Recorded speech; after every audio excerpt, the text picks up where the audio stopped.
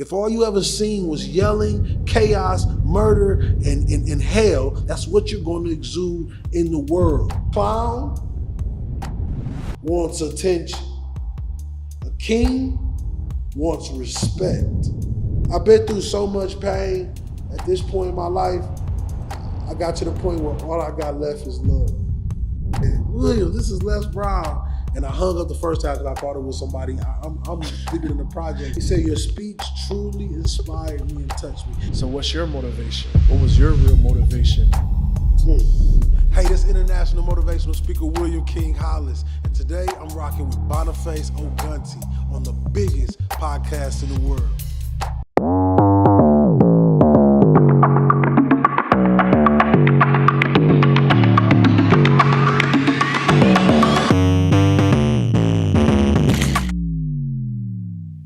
William King Hollis, how did you come from nothing to $1 million speaker and now you're speaking all over the world? How did you do it?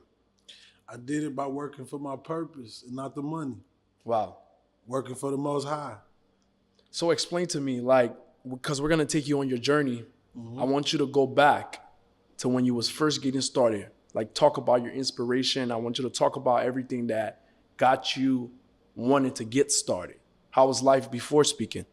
Well, in the beginning of my career, it was kind of like I really didn't pick it. I didn't really know anything about it. Yeah. I was doing an intern with the ASI Panthers out of Reading, Pennsylvania, and a teacher at Reading Intermediate High School that saw me talking to the players, and she liked how I motivated and inspired the players. I was coaching the defensive line at the time. So, sometimes I'll have to sleep at the Turkey Hill gas station in Reading, Pennsylvania. Yeah. And one day she came in to get her morning coffee, and she saw me outside of there. And she said, you're the man from the football games that we got the tickets for, we brought the kids. I said, yes, ma'am. She said, if I threw you a couple bucks, would you be able to come speak to a group of young men over at Reading Intermediate High School? Wow. I agreed and went over there and spoke to them. It was 5 young men. Within 5 minutes, they were in tears. Yeah. When I finished that speech, I was almost in tears because a lot of us, when we tell our story, if you sat down, anybody, the audience, anybody sat down and tell their story, they'll realize that they've been through a lot and it'll make them emotional. So as I walked out of there, I cried tears walking back to the Reading, the Abraham Lincoln Hotel in downtown Reading, PA. And I was getting ready to commit suicide. Wow. Why did you want to commit suicide? At this point, my mother had passed of a heroin overdose. How old was you at the time?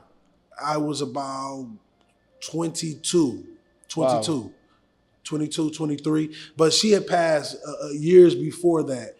But what I did was, King, I used football to cover up the pain. Yeah. I used football not to think about it. And I realized, King, with every death, you got to take your time to heal. Yeah. You have to take that time to heal, or it's going to come back on you. It's going to come back on your family. It's going to come back on your friends. It's going to make you look like an evil individual. And it's nothing more than pain being disguised, with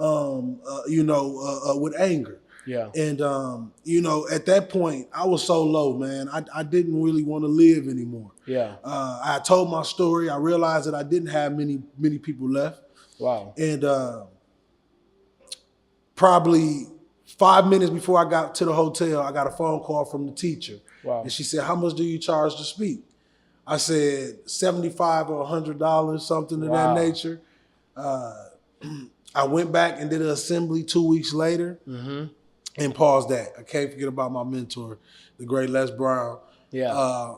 I went into the Abraham Lincoln Hotel and watched Les Brown. It was the Georgia Dome speech. Yeah.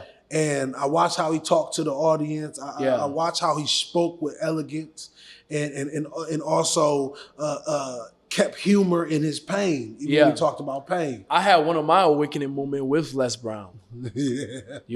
I was one of Les Brown fans since I was a child.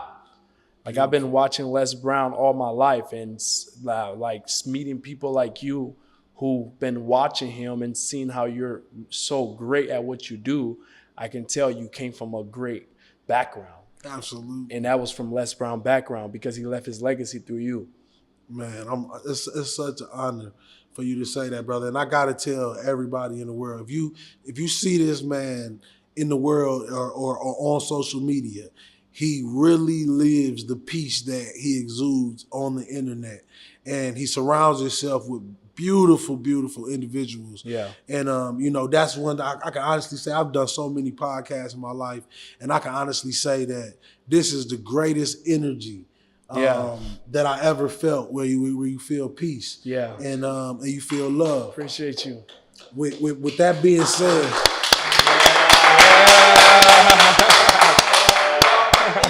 You're welcome. So with that being said, when I finished watching that, 2 weeks passed. I went to do an assembly with over 500 students, man. I spoke, told my story. I finished. At the end, I got a standing ovation. Wow. King, if you fast forward 10 years later, I'm over 900 million views on YouTube.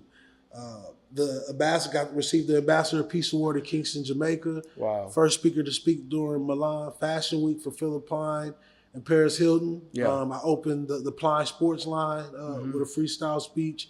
Just did the Super Bowl speech this year. Just did the relaunch of the We Must Protect This House Under Armour commercial. And King, I did mostly all this, platinum spoken word albums, et cetera, et cetera. But I did all of this with God as my manager, God as my PR, God as everything that I needed. And I tell everybody this, man. Sometimes we wake up and we think that we have all this time to live. But the clock is ticking every single day for you to truly empty the tank of life, really give life everything you got inside of you, because we only got one. You know, most people gonna live their life looking for the diamonds, the Ferraris, and all the nice things. And when they land on their deathbed, they're not gonna be able to think of one person or one village or one place that they gave their heart to, and they really tried to lift other people up. Because what people do in this lifetime, we tend to fall away from who we truly are because of what other people done to us. We truly start to fall away from our religion and our faith because of what other people gave us the example of. The anger that's inside of most people come from their mothers and their fathers. The angry person that the world calls you is really not you. It's something that was programmed in you through your household. If all you ever seen was yelling, chaos, murder, and hell, that's what you're going to exude in the world. But you know, it's only one medicine on this earth that can heal a man that's in that much pain, and that's in that condition, and that is the woman. Wow. The woman. So having a woman is God. The woman, you got to understand how powerful a woman is. A woman can give birth to a child and feed that child without anybody. Wow. She can sit in a box, King, and she can feed her babies from her bosom. Wow. That's medicine. That's power. God knew. God knew. And just like you see right now, men falling away from their morals and who they are. They trying to demasculate a king. But they don't know they're a king. And I tell everybody, our people right now is like people walking in the desert, King. Yeah. Imagine walking in the desert and then an enemy came, approached you, and pretended to be your friend. Wow. And then that enemy knocked you upside your head. You was out cold. He took your crown. He took your gold. He took your knowledge. He took everything. And when you woke up, you had a terrible concussion and you no longer knew who you were. Wow. And you saw another person wearing your identity, wearing your culture, wearing who you are. And you looked at yourself and you told yourself that you are nothing, but all reality, the person that has all the power is a copycat of you. So you got to understand that you're really royalty. Wow. Wow, man. Wow. So I want you to when you first started your journey, you met Les Brown, and that was somebody that inspired you. What's some things that you learned from being around him? Well, I met him probably, say, about 5 years into my career. Mm-hmm. And I got a phone call one morning. It's a funny story. Yeah. He called me on the phone. He was in the hospital. If people don't know, he struggles with cancer. He was in there getting a blood transfusion at the time, and he needed some inspiration. So he turned on one of my speeches called The Journey. Wow. And that speech starts off with... And now you're on the journey. That's crazy. That's crazy. That's crazy. You're on the #1 podcast in the world. So, yes, King, and I'm so honored, man. And look, he had The Journey playing. Yeah. And the speech starts off with, I didn't come this far to only come this far. And he called me on the phone and he said, William, this is Les Brown. And I hung up the first time because I thought it was somebody. I'm sleeping in the projects in East Point, Georgia. And I couldn't believe it. Then he called back. He was like, William, this is Mevy's baby boy, Les Brown. I was like, man, this is unbelievable. He said, your speech truly inspired me and touched me. He said, where are you based? I said, I'm in Georgia. He said, I'll be there. I want to sit down in there in the interview and I want to tell the world how great you are. Yeah. And it's so crazy. It came full circle for me being back at that hotel, and I me watching his speech at the lowest point in my life. And man, I tell people, and I gotta tell people, if you don't believe in a God, I just want you to watch me. A man that started in a shelter creating speeches with a pillow and an iPhone in the corner. A kid that couldn't read till he was 16 years old. A kid that buried his mother to a heroin overdose. A kid that lost his father this past Christmas Day. Murdered. Left for dead. After serving 8 years in penitentiaries. I saw him one time. Wow. I tell everybody that God will change your life, but you have to give something to him.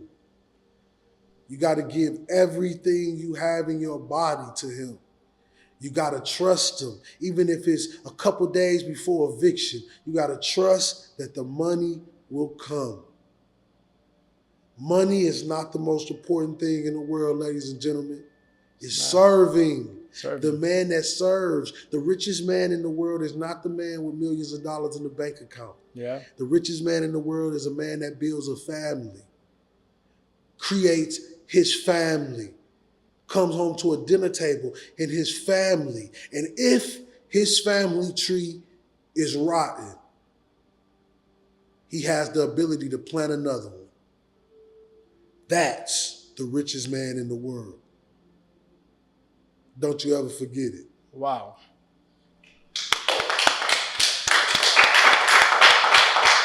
So speaking on that, how's your family? My family is absolutely beautiful. My 8-month-old is getting so big.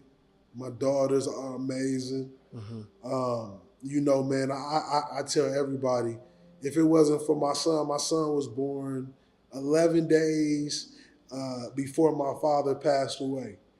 And if I didn't have my son, I don't even think the world would have William King Hollis. Wow. And, you know, between him, you know, my wife, my family, you know, as a man, and everybody know what I'm talking about. When you lose somebody, you be angry. Mm-hmm. And you can run away everything that loves you because you angry.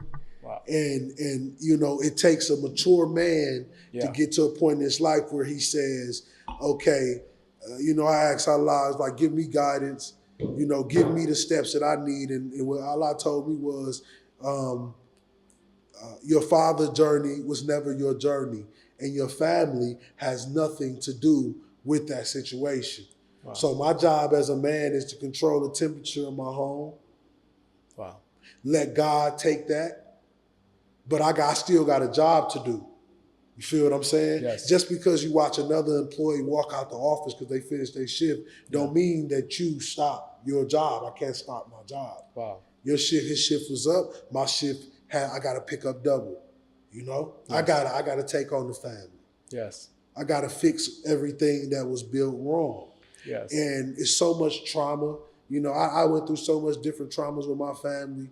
You know, people, you know, one thing a lot of people be afraid to tell a story. I want you to tell us your story. What trauma you went through with your family? You know, my trauma was, you know, just watching my father, you know, be extremely violent. Mm-hmm. You know, like beating your mom?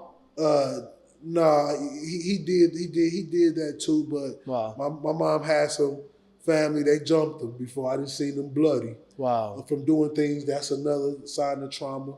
You know, getting so many calls that my father was shot so many times.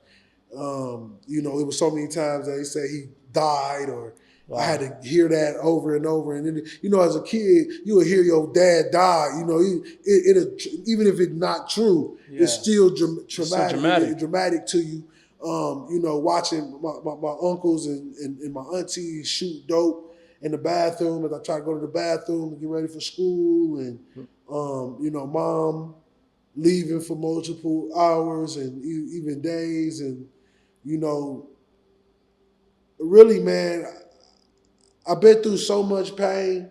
At this point in my life, I got to the point where all I got left is love.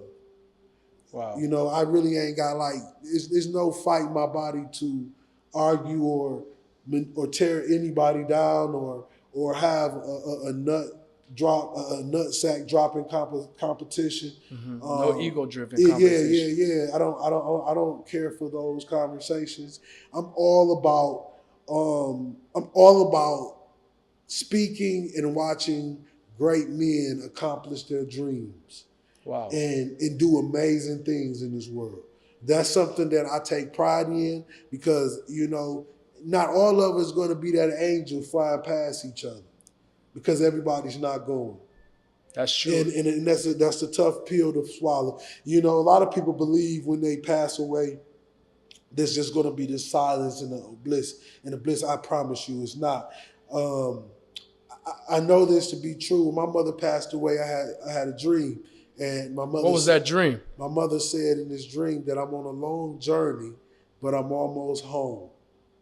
So what I tell people is, when you die, it's another journey. What's that journey? That we'll have to wait and see. But I know it's another journey. And I know that this is a test run. This is a test run to see, are you fit to live as a king? Wow. What made you come up with that conclusion? Because I realized that my creator can't really do anything with anything that's dirty. He's a man that takes pride in cleanliness. Yes. And a lot of men are pigs. Yes. Kings are not pigs. Yes. You gotta understand, it's a difference in this world. You know, a clown wants attention. A king wants respect. Yes. So respect from a king is, he expects you to do everything right. You feel me? That's an expectation from the king. And I'm not saying be perfect in if you make mistakes. I'm saying make the right moral decision every time. Yep. I always tell people that even though you're not perfect, if you aim for perfection, you'll be more perfect to others. Absolutely. And I'm glad that you actually understand that. Yes, sir. Because a lot of people out there, they aim for perfection. They don't understand that whatever goals and aspiration that they want to achieve in their life, they can achieve those goals and aspiration. But they have to be willing to go out there and want to seek those opportunities. You know? There's opportunities always in front of people's face all the time. But 90% of people are just not awake. Yes, sir. Their subconscious mind is programmed for the wrong thing. A lot of people have a low awareness. You know, their awareness is low. You can tell them everything in the world for them to be able to achieve things in their life, but because their awareness is so low, they're not willing to even see. So I'm glad that your awareness is high because you're very aware. Oh, yeah. So now you have your family. How many kids do you have? I have 3 babies. How old are they? I have a 14, 7-year-old, and 8 months. Wow. I know they're so proud to have a dad like you. Man, I'm so proud to have children like them. That's my.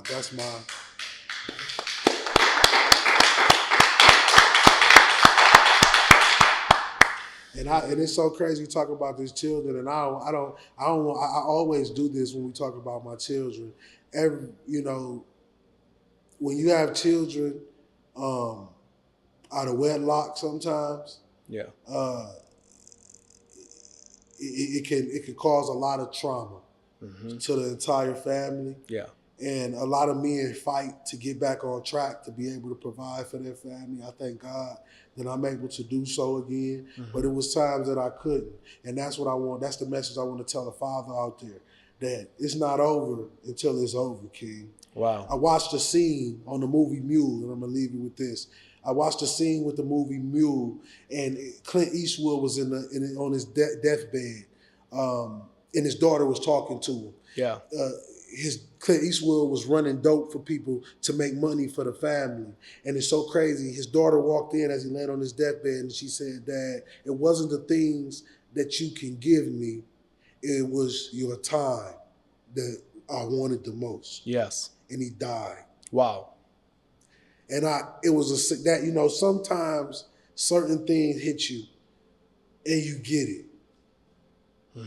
And I tell everybody, man, it's not about the money. Yep. It's about the time. It's all about the time. It's about the time. Yep. If you can give the time, and there's going to be mothers out there that fight you, combat you, don't want you to see them, don't want to do anything. But one thing I realize is this. Yep. That little girl and that little boy will come searching for you. They will find you. That's true. And nobody can keep them away from you. That's the power of God. God will take a child to his or her father with or without the mother's permission. Wow. It's in the child's DNA to find the king. Yeah. So what's your real motivations? Because your motivation is not about the money. Yeah. So let's go into your real motivation that got you to who you are today. Because my motivation when I was first getting started was I came from nothing, as you know. Came from the third poorest country in the world, Liberia. Came to the United States with nothing. Lived in a basement in my grandma's house with 13 people in one house. You know, going to elementary. My motivation when I first started was to prove people that I could do it. So what's your motivation? What was your real motivation that kept you going? Because there's another person out there. My motivation was to keep living. Another day and another day. Why is that? Because I didn't want to live anymore.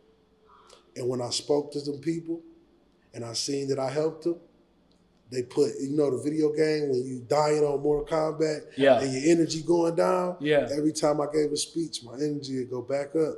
My confidence would go back up. Wasn't getting paid, nothing barely. But my confidence in my life was going back up. You see what I'm saying? Yeah. And I started to heal. That's why I tell everybody that when I'm speaking to them, don't ever thank me, because I promise you, I was just talking to myself. Wow. And you just happened to hear it. Wow. So that's why the motivation was so real, because I'm not talking to you as a lot of speakers just talking to you. I'm going through this shit with you.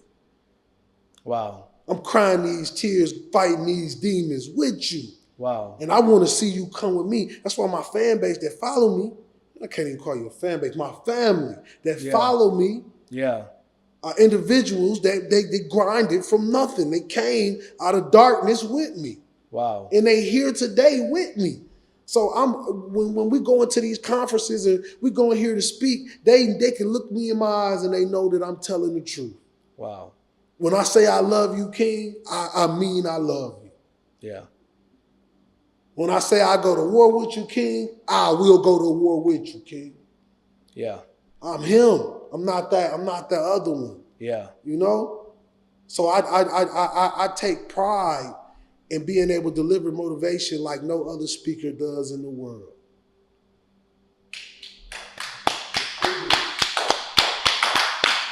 For you to become the person you are today, you had to make a certain level of sacrifice. Mm-hmm. What was some of the sacrifice that you made to be able to be such a wonderful speaker that you are today? Sleeping on couches, being kicked out of houses, hearing people say, get your broke ass up. You ain't gonna make it. That's what made me. Wow. That's what made me, King. Wow. That's what made me. Wow. I remember. How did it used to feel when you used to sleep on couches? I felt like tomorrow is another day to eat off the land. Yeah. It's my mentality. I eat off the land. Yeah. Wow. Wow. So how did you have to, because the person you are today is a completely different person than you used to be. Mm-hmm. You have to kill your old version of yourself. I always tell people you have to kill the old version you are to become the person you deserve to be. Mm-hmm. So how did you kill that old version of yourself? I always tell people I can't go to the rim and dunk the ball backwards. I'm not LeBron James. I can tell my brother I never killed anything. I evolved. Every piece of our life is important to the final chapter of our life. Mm-hmm. Every lesson, without that, I can't be this. Yeah. Without this, I can't be that. Yeah. Without this person telling me I ain't shit, I won't be that. Mm-hmm. And then I had to realize this, like the great Jim Rome said, when a person tells you no or say you're not good enough, don't get upset. Mm-hmm. That's a message to yourself to say, I got to go increase my value. Wow. So that's life. Like everybody is great. Everybody is great. Everybody is a walking $1 million check. It's just the fact that not everybody signs the signature. Not everybody believes the check is real. That's true. So they hold on to it and it collects cobwebs and they get to a mental health state where they don't want to live anymore because they realize that they're seconds away from death and the only thing that will remember them is the dirt that covers them. Wow. So that's why I get up and I tell everybody, like the great Les Brown say, you got to live full and die empty. You got to empty your tank out here. Yeah. King, you got a responsibility. Yes.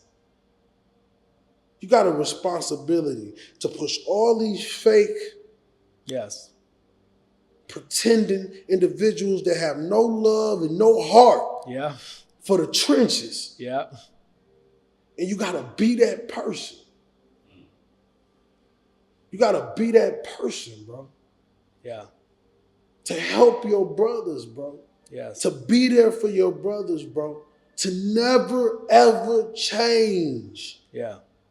That amazing, strong blood that pumps through your veins and your heart, King. That's the blood in the veins of African kings and warriors. Yeah.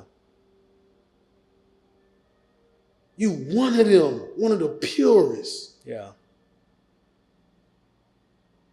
It's a responsibility. And that's why I'm honored to be on this show because I know that you have everything that it takes to continue to lead our people to financial freedom. Wow. So I have a question for you.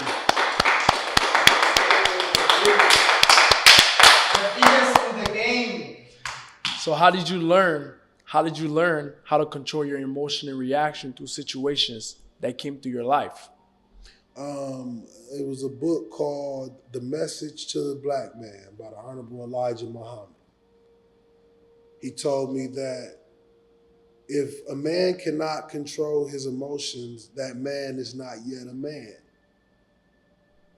You see, emotions is the main reason why most men are incarcerated. Emotions is the main reason for divorce rates. Wow. You remember the song, what's the lady that made Tina Turner? What's love but a What's love got to do? Got to do this, man. Just a secondary what? Emotion. Wow. So once you're able to control your emotions, you able to control your universe. Yeah. Somebody can call you anything they want to call you. Yeah. And it won't bother you because you know that that person is emotionally unstable. And it's in his DNA to act this way. What they say, forgive, but for they don't know what they do. Yeah. If you listen to your repeat that again for the audience. I said you forgive, for they don't know what they do. Yep. If you listen to the instruction, you will navigate through every devil that come to you, bro. Yeah. You can see the devil when you really connected to God. Yeah. You can see the devil. You can look at him. You can see it in his eyes. Yeah. That he hates you. Yeah. That he hates you. That he wants to kill you and he don't even know you. Wow. But when you have that discernment and that spirit on you, you'll be able to point out anything in any situation that's gonna happen or gonna occur. So at the end of the day, emotions that's like the foundation of a man. Yep. That and another thing, a lot of people that make it, they crumble. Wow. Why do you think they crumble? They crumble because the moment that you think you made it, is the moment that you start at the beginning. Yep. If you don't keep the hunger from when you first started, you will lose everything that you had. You take your foot off the gas for 1 second, it's going to be another king in the vehicle and trying to come right past you. It's going to go like this. And I'm not talking to the king. I'm talking to this audience. Yeah, and I always tell people is you got to have long-term thinking. Absolutely. You know? Absolutely. You got to see the future. You know, and you got something called non-linear system. In my life, I live my life as non-linear. Everything I do compounds over time. Yeah. You know? And that's how a lot of people should live their life out there. Everything that you're doing, it compounds. The person you're going to be 4 or 5 years from now is not going to be the same person you are today. Right. So every action that you're doing, just understand that it's benefiting your future self. So if that action is not dedicated to your future self, you shouldn't be taking that action. 100%. So I want to ask you a question, because we've been talking about a lot of different things tonight. Question I want to ask you is, do you believe in yourself? Oh, man, 100%. Who do you see yourself to be 5 years from now? The #1 speaker in the world, on paper, on the internet. Yeah. Yeah. The #1 speaker in the world. The first man to touch over 3 billion and inspire over 3 billion people. I think that's going to come very shortly. Yeah, it's coming. And you know what's even better? The first king to put his hand back down at the bottom and bring millions of kings with me. Yeah. Yes. That's what it's about. Awesome, man. Awesome, man. So you have a really wonderful family relationship. Mm-hmm. You have 3 beautiful kids. Now the question I want to ask you, how's your wife? How's the relationship with her? My relationship with my wife is absolutely beautiful. She gets emotional because when you get married on your come up in your career, emotions change. You know, they got to get comfortable with you traveling and different people in your face. Sometimes women Yeah. and all of that. The confidence. Yeah. We're our careers growing, but they're just with us. Yeah. So to me, I'm learning that as a husband, it's all about balance. It's all about being able to multitask, be able to handle your business and get into that wolf zone when you're in that entrepreneur space. And then when you get home, being able to turn it off, give your son some playtime, your daughter some playtime, take some time to give them some attention. And with my wife, my wife is just one of my biggest supporters. She's gonna support me through anything, even if she don't like it. Yeah. She understands that my dream is very important to the way we want to live our life and how we want to become something. Because no matter how much I love my wife, and my wife tried to take me away from this dream, I couldn't be with my wife. Yeah. It's unfortunate. I couldn't. This is what feeds us. This is what takes care of us. And I tell everybody, I'm a gladiator. I understand this, bro, that in my life, sacrifice is everything. Yep. And for me, if I always been that person that I take them knives in the back. Yeah. So you can keep going. Yeah. You feel what I'm saying? Yeah. Because I really feel that Allah blessed me so much that, you can take anything you want to take from me. If a man takes it away, I'm not worried about it. Yeah. If God takes it away, I'm frightened.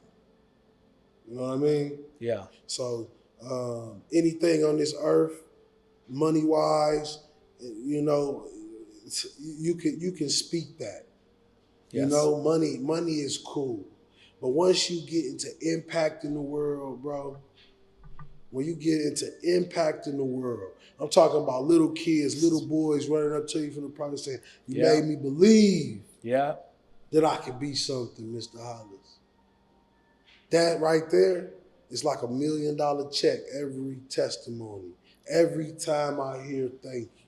Every time I hear we went through this, and then I whisper in their ear, I'm just like you. Yeah. And that's the same thing with me, brother.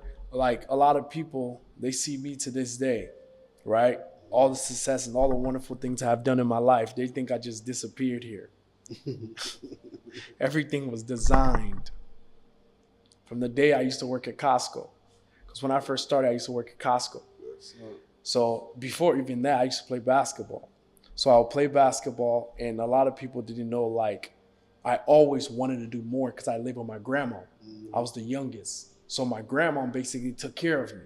She wanted to protect me because all my older cousins was bad. So she ground me for 3 months in the house. She ground me for 3 months in the house. And she's like, hey, you can't go nowhere, because she wanted to protect me because I was just the guy who just wanted to help her, So and she wanted to protect me. So I was just that guy who wanted to just be there. And looking back, that's what my life changed, because my grandma, she made me the person I am today.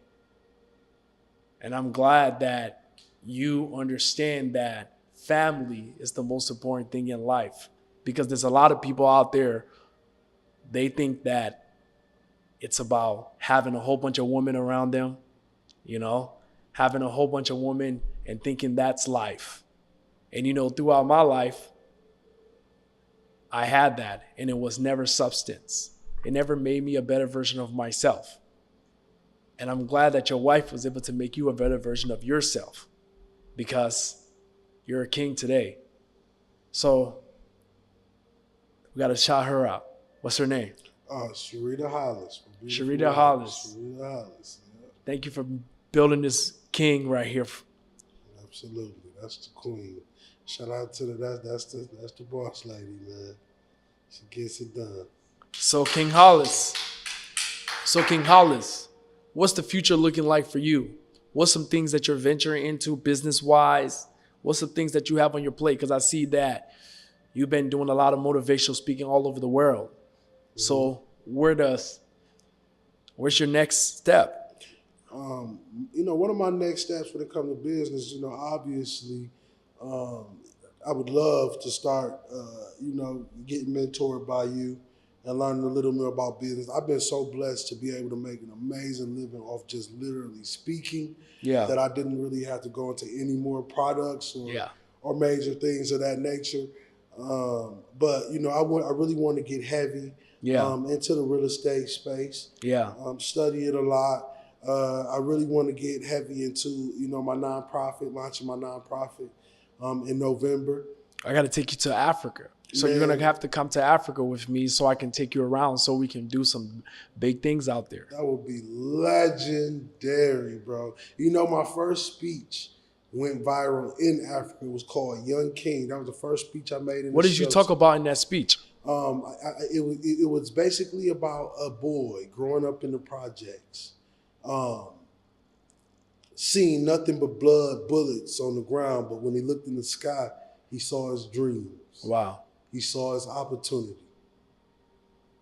And that's how the speech was, I freestyle all my speeches. So I never really can verbatim spit them all out, because once I give them, that's how I know it ain't me. It comes from natural, right away.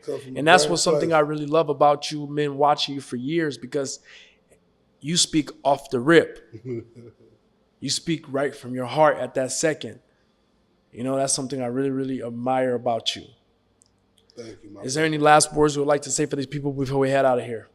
Man, I would like to say that if you guys have the opportunity to turn on this podcast every single week, month, make sure you turn it on, because the person behind it is truly doing a great job at giving individuals opportunities to showcase their visions, their dreams, their aspirations. And that's just so important in these times. So many podcasts are so full of so much negativity.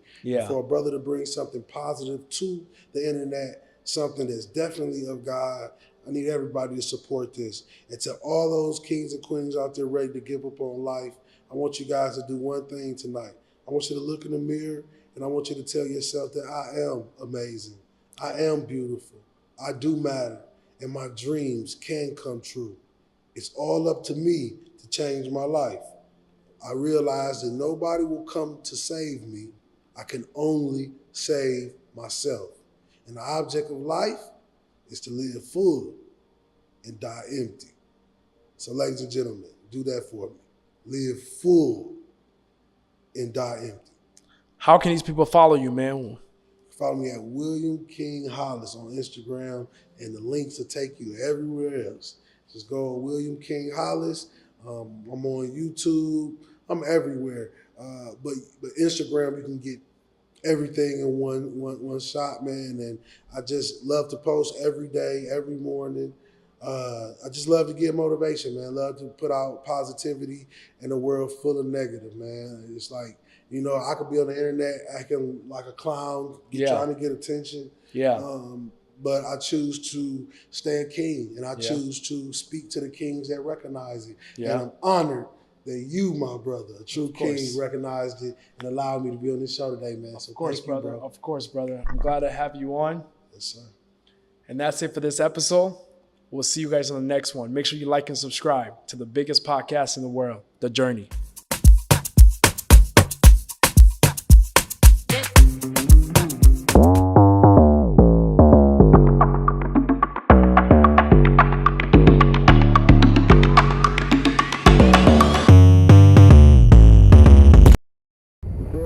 All engine running.